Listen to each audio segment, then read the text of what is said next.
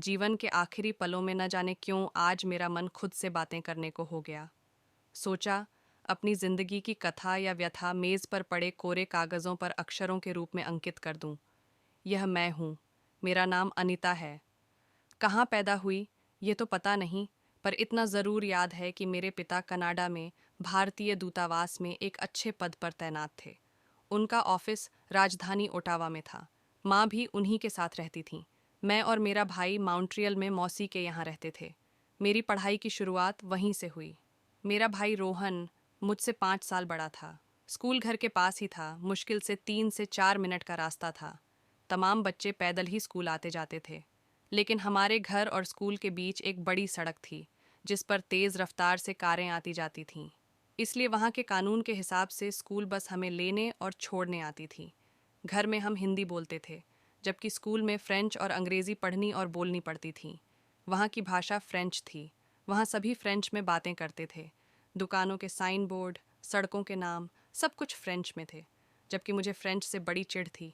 School की कोई uniform नहीं थी, फीस भी नहीं, किताब कापियाँ सब फ्री में मिलती थीं। सर्दी में भी सभी लड़कियाँ छोटे छोटे कपड़े पहनती थीं। हम भारतीयों को यह सब बड़ा अजीब लगता था। बचपन के लगभग 10 साल वहीं बीते। माउंट्रियल के बारे में सुना था कि वहाँ बहुत बड़ा पहाड़ था जिसे माउंट रायल कहते थे। बोलते बोलते वह माउंट रायल मॉन्ट्रियल बन गया। ऊंचे पहाड़ से बहते झरने की तरह मेरी जीवन धारा भी कभी कलकल करती, कभी हिलोरें भरती, कभी गहरी झील की गहराई सी समेटे आगे बढ़ रही थी। वह मधुरिम समय आज भी मेरे जीवन की जमा पूंजी है। मैं थोड़ी बड़ी हो गई। भारतीय परंपराओं के बंधनों से मेरा परिचय कराया जाने लगा। लड़कियां मित्र हो सकती हैं, लड़के नहीं। स्कूल सीमा के बाहर किसी लड़के के साथ न बोलना, न घूमना। पिता नए जमाने के साथ चलने के पक्षधर थे, पर मौसी ने जो बचपन में सिखाया था उसे तब तक भूली नहीं थी। वह उस परंपरा को आगे भी जारी रखने के लिए दृढ़ संकल्प थीं। मैं स्कर्ट नहीं पहन सकती थी, कमीज भी पूरी बाहों की जिसे गले तक बंद करना पड़ता था। भले ही स्कूल में दूसरे बच्चों के बीच हंसी का पात्र बनूं, लेकिन मौसी से कुछ कहने की हिम्मत नहीं थी। मैं 10वीं में पढ़ रही थी, तभी अचानक पिताजी का तबादला हो गया। हम अपने देश भारत आ गए। रहने को दिल्ली के आरके पुरम में सरकारी मकान मिला। वह काफ़ी खुला इलाका था। माँ बहुत खुश थीं, क्योंकि उन्हें चांदनी चौक के पुराने कट्टरों की तंग गलियों वाले अपने पुश्तैनी मकान में नहीं जाना पड़ा था। दिल्ली के स्कूलों में दाखिला कोई आसान काम नहीं था, पर पिताजी की सरकारी नौकरी और तबादले का मामला था, इसलिए घर के पास ही सर्वोदय स्कूल में दाखिला मिल गया। 12वीं की परीक्षा मैंने अच्छे नंबरों से पास की, जिससे दिल्ली विश्वविद्यालय में बीए में एडमिशन में कोई परेशानी नहीं हुई। इंग्लिश ऑनर्स से बीए करके मैं युवावस्था की दहलीज तक पहुंच गई। माँ बीमार रहने लगी थीं। भाई रोहन डॉक्टरी की ऊंची शिक्षा के लिए लंदन चले गए। जैसा कि भारतीय हिंदू परिवारों में होता है, उसी तरह घर में मेरी शादी की चिंता होने लगी। मेरे पिताजी के एक बड़े पुराने मित्र थे, सुंदरदास अरोड़ा। वह ग्रेटर कैलाश में एक बड़ी कोठी में रहते थे। कनाडा से आने के बाद हम अक्सर उनके यहाँ आया जाया करते थे। एक दिन उन्होंने मेरे पिताजी से कहा, हम दोनों अच्छे मित्र हैं, हमारे परिवार एक दूसरे को अच्छी तरह से जानते हैं, क्यों ना हम इस दोस्ती को रिश्तेदारी में बदल दें। मैं चाहता हूँ कि डॉक्टर वरुण की शादी अनीता से कर दी जाए। वरुण उन दिनों अमेरिका में रह रहा था। वह वहीं अपनी क्लिनिक चलाता था। उन्होंने डॉक्टर वरुण को बुला लिया। उसने मुझे पसंद कर लिया। मेरी पसंद नापसंद के कोई मायने नहीं थे। बात आगे बढ़ी और मैं मिस अनीता मेहरा से मिसेज अनीता अरोड़ा हो गई। शादी के बाद मैं वरुण के साथ अमेरिका के कैलिफोर्निया में रहने लगी। 1 साल में ही मैं एक बेटे की माँ बन गई। बेटे का नाम रखा गया रोहित। वक्त के साथ रोहित 3 साल का हो गया और स्कूल जाने लगा। पति ने उसकी देखभाल के लिए एक आया रख ली थी। इसी बीच दिल्ली में मेरी सास सुमित्रा जी के गंभीर रूप से बीमार होने की सूचना मिली। वरुण ने कहा कि रोहित को आया संभाल लेगी, इसलिए मैं सास की देखभाल के लिए दिल्ली चली जाऊं। दिल्ली आकर पता चला कि सास को कैंसर था। ससुर और मैं उन्हें लेकर अस्पतालों के चक्कर काटने लगे। उनकी देखभाल के लिए घर पर नर्स रख ली गई थी, लेकिन मेरा मौजूद रहना ज़रूरी था। 6 महीने से ज़्यादा बीत गए।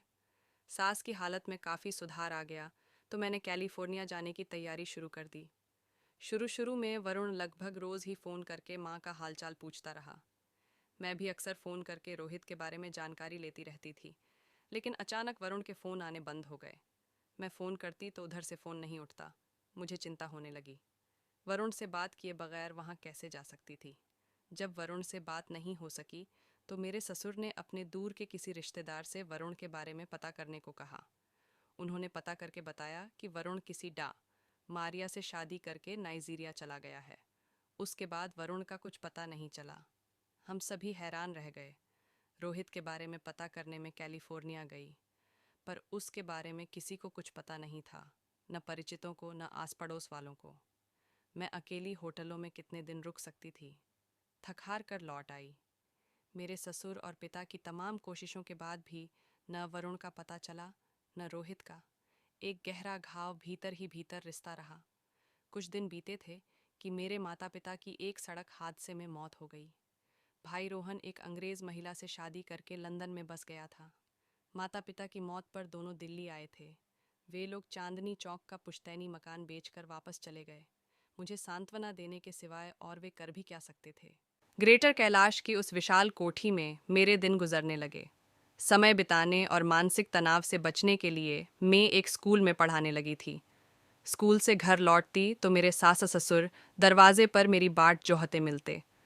उन्होंने मुझे माँ बाप से कम प्यार दुलार नहीं दिया। मेरे ससुर की उदास आंखें सदा मेरे चेहरे पर कुछ खोजती रहतीं।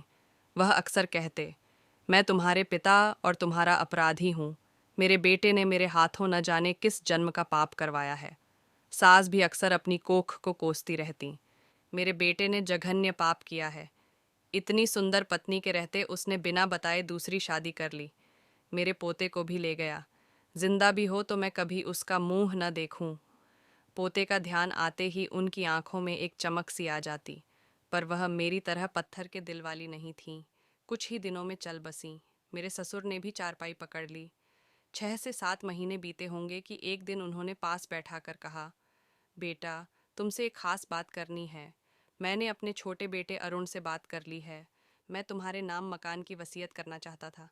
उसे इसमें कोई ऐतराज़ नहीं है, लेकिन उसका कहना है कि वसीयत में कभी कभी परेशानियां खड़ी हो जाती हैं, खासकर ऐसे मामलों में जब दूसरे वारिस कहीं दूर दूसरे देश में रह रहे हों।